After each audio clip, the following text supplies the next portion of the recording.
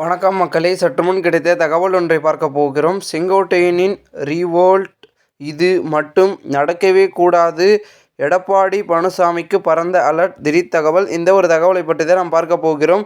தகவலை பார்ப்பதற்கு முன்னதாக நீங்கள் நம்மளுடைய சேனலுக்கு புதிய பார்வையாளர்களாக இருந்தீர்கள் என்றால் மறக்காமல் நம்மளுடைய சேனலை சப்ஸ்கிரைப் செய்து வைத்துக் கொள்ளுங்கள் மக்களே. அதிமுகவுக்குள் நிலவி வந்த உட்கட்சி பூசல் தற்போது உச்சத்தை எட்டுகிறது. ஈரோட்டில் இன்று தனது ஆதரவாளர்களுடன் செய்தியாளர்களை சந்தித்த அதிமுக முன்னாள் அமைச்சர் செங்கோட்டையன், கட்சியிலிருந்து நீக்கப்பட்டவர்கள் மீண்டும் இணைக்கப்பட வேண்டும் என வலியுறுத்தியுள்ளார். இந்த விஷயத்தில் என்னத்தான் எடப்பாடி பழனிசாமி கவனமாக இருந்தாலும் சில தவறுகள் மட்டும் நடக்கவே கூடாது என அரசியல் விமர்சகர்கள் எச்சரித்துள்ளனர். கோபிச்செட்டிப்பாளையத்தில் செய்தியாளர்களை சந்தித்த செங்கோட்டையன், 10 நாட்களுக்குள் கட்சியிலிருந்து விலகி சென்றவர்கள் மீண்டும் சேர்க்கப்படவில்லை எனில் நீக்கப்பட்டவர்களுடன் சேர்ந்து கட்சியை ஒருங்கிணைக்கும் வேலையை நான் செய்வேன் என பேசியிருக்கிறார். இது எடப்பாடி பழனிசாமிக்கு ஏற்கனவே இருந்த சிக்கலை அதிகரித்திருக்கிறது. அதாவது கடந்த 1989ஆம் ஆண்டு நடந்த சட்டமன்ற தேர்தலில் செங்கோட்டையனின் பவர் என்ன என்பதனை மொத்த அதிமுகவும் அறிந்து கொண்டது. அந்த தேர்தலில் அதிமுக அணி இரண்டாக பிளவுபட்டிருந்தது. ஒன்று ஜானகி தலைமையிலும் இன்னொன்று அணி ஜெயலலிதா தலைமையிலும் அமைந்தது. அதில் ஜானகி தலைமையிலான அணி கடும் தோல்வியை அடைந்தது. அவர் போட்டியிட்ட தனது சொந்த தொகுதியில் தோல்வியடைந்தார். மறுபுறம் ஜெயலலிதா தலைமையிலான அணி 27 இடங்களை வென்றது. ஈரோடு மாவட்டத்தில் திமுக மொடக்குறிச்சி, சுப்புலட்சுமி, கணேசமூர்த்தி இவர்களை மீறி அதிக இடங்களை அதிமுகவுக்கு வெற்றியை பெற்று கொடுத்தது செங்கோட்டையன் தான். இந்த வெற்றி ஜெயலலிதா அன்றைய எதிர்க்கட்சி தலைவராக உருவாக்குவதற்கு மிகப்பெரிய காரணமாகும். அப்படியான தனது பலத்தை இன்றைய கூட்டத்தின் மூலம் செங்கோட்டையன் மீண்டும் நிரூபித்திருக்கிறார். அம்மாவட்டத்தில் இருக்கக்கூடிய ஒன்றிய நகர செயலாளர் 90% பேர் இவர் பக்கம்தான் நிற்கிறார்கள்.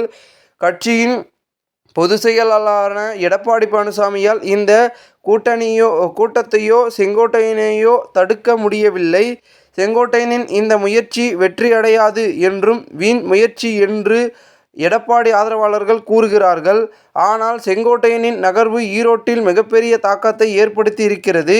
எடப்பாடி பழனிசாமிக்கு ஈரோட்டில் பலம் இருக்கிறது எனில் இந்த கூட்டத்தை நடக்க விடாமல் பார்த்து கொண்டிருக்க வேண்டும், அல்லது வேறு யாராவது முக்கிய தலைவர்களை வைத்து செங்கோட்டையனின் ஸ்டாலினின் கைக்கூலி என அறிக்கை விட வைத்திருக்க வேண்டும். அப்படி நடந்திருந்தால் எடப்பாடியின் ஆதரவாளர்கள் எந்த அளவுக்கு செங்கோட்டையனின் நடவடிக்கை எதிர்க்கிறார்கள் என்பதனை எதிர்த்து தெரிந்து கொண்டே இருக்கலாம். ஆனால் அப்படி எதுவும் நடக்கவில்லை. ஏற்கனவே அதிமுக தொடர் தோல்வியில் இருக்கிறது. பன்னீர்செல்வம் கட்சியை விட்டு விலகும் போது 13% வாக்குகளை கட்சி இழந்தது. இப்பொழுது இருக்கக்கூடிய 20% வாக்குகளை முக்கியமான வாக்கு வங்கியான கொங்கு மண்டலம் இருக்கிறது. அந்த கொங்கு மண்டலத்தில் தவிர்க்க முடியாத தலைவரான செங்கோட்டையன் இருக்கிறார் என்பதனை இன்றைய கூட்டம் நிரூபித்திருக்கிறது. ஆக இருக்கக்கூடிய 20% வாக்குகளை சரியாக காப்பாற்றி கொள்ள வேண்டும் எனில் இந்த விஷயத்தை மிகவும் கவனம் அணுக வேண்டியது எடப்பாடியின் பொறுப்பு.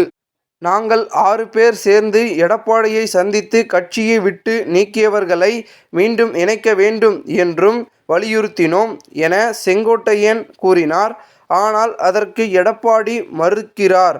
இதில் கவனிக்க வேண்டிய விஷயம் என்னவெனில், ஏற்கனவே செங்கோட்டையன் கூறியிருந்த 6 பேர் லிஸ்டில் முதல் ஆளாக இவர் வெளியே வந்திருக்கிறார். மற்ற 5 பேரில் வேறு யாராவது வெளியே வந்தால் அது எடப்பாடி பழனிசாமிக்கு பெரிய சிக்கலை ஏற்படுத்திவிடும். அப்படி மட்டும் நடந்துவிடக் கூடாது. அப்படி நடக்காமல் இருந்தால் ஈரோடுடன் மட்டுமே இந்த பாதிப்பு முடிந்துவிடும் என்று அரசியல் விமர்சகர்கள் கூறியிருக்கின்றனர். இந்த ஒரு தகவல் தற்போது அரசியல் வட்டாரங்கள் பேசும் பொருளாக மாறியிருக்கிறது. இந்த ஒரு தகவலை குறித்த பொதுமக்கள் உங்களுடைய கருத்துக்களை கூறுங்கள். இதுபோன்று நீங்கள் அரசியல் சார்ந்த நிகழ்வுகளாம் தினசரி தெரிந்து கொள்ள சேனலை சப்ஸ்கிரைப் பண்ணுங்கள். நன்றி, வணக்கம்.